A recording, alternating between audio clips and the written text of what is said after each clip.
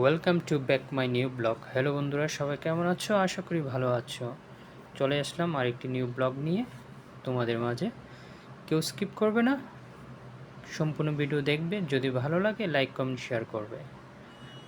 অবশ্যই লাইক করতে ভুল করবে না। বন্ধুরা, আজকে চলে আসলাম কুয়ালালামপুরে, এবং কুয়ালালামপুর এখন আমি আছি তুগুনিগাড়াতে। তুগুনিগাড়া হচ্ছে একটি খুব ইম্পর্ট্যান্ট পার্ট অফ মালয়েশিয়ার জন্য খুবই একটা গুরুত্বপূর্ণ প্লেস হচ্ছে এই তুগুনিগাড়া। প্লেসটি দেখতে খুবই সুন্দর, এবং কেন এই তুগুনিগাড়াটি তৈরি করা হয়েছে সে সম্পর্কে আজকে আমি জানানোর চেষ্টা করব। দয়া করে কেউ স্কিপ করবে না, সুন্দর একটি দৃশ্য দেখতে পারবে, একটা প্লেস দেখতে পারবে এবং কিছু জানতে পারবে। তাহলে চলো মেইন টপিকে চলে যাই। এই তুগুনিগাড়া গড়ে ওঠার পেছনে একটি কারণ হচ্ছে যে টাওয়ারটি দেখতে পাচ্ছ। প্রথমে একটি টাওয়ার দেখতে পাচ্ছ, এই টাওয়ারে সম্পূর্ণ অনেক কিছু লেখা আছে, ডেট, সাল, অনেক কিছু। আমি বিস্তারিত বলবো না, বিস্তারিত বলতে গেলে অনেক সময়ের প্রয়োজন, তাই আমি শর্ট করে বলছি। এই তুগুনিগাড়া গড়ার পেছনে মেইন উদ্দেশ্য হচ্ছে 1948 সনে যখন একটি বিশ্বযুদ্ধ হয়।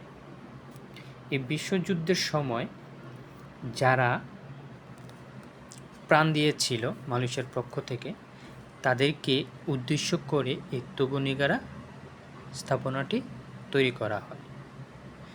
এবং স্থাপনাটি খুবই সুন্দর একটি জায়গা, এবং এই স্থাপনাটি যে তৈরি করেছে ওনার নাম হচ্ছে ফিলিক্স ডি উইলডন।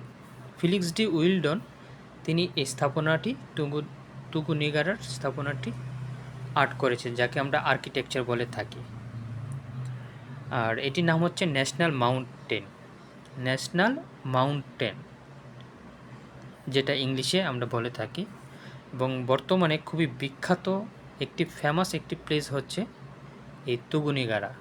আর মালয়েশিয়া সম্পর্কে কিছু জানতে হলে আপনাকে এই তুগুনিগাড়াতে চলে আসতে হবে। আর এই আমাদের মতো এবং মালয়েশিয়াতেও ঠিক যারা শহীদ হয়েছে তাদের এই যে দেখতে পাচ্ছ, তাদেরকে প্রতিস্থাপন করা হয়েছে ফাইটার হাতে, অনেক কিছু হাতে আছে। তাদেরকে উদ্দেশ্য করে এই তুগুনিগাড়াটি উপস্থাপন করা হয়।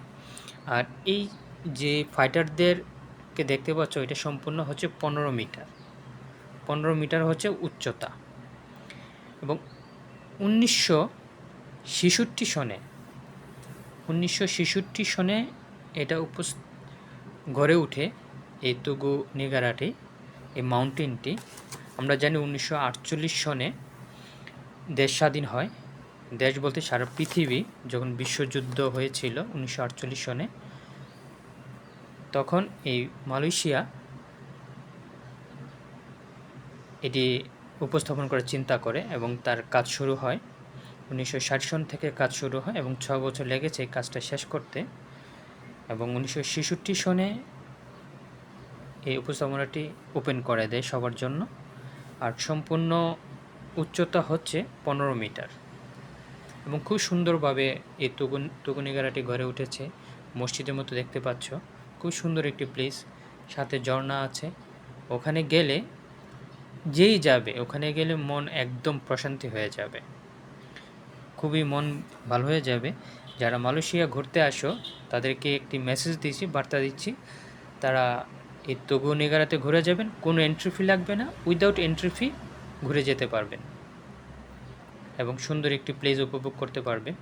আশা করি সবাই চলে আসবেন এই তুগুনিগাড়াতে, এবং সুন্দর একটি ঝর্ণা দেখতে পারবেন। এবং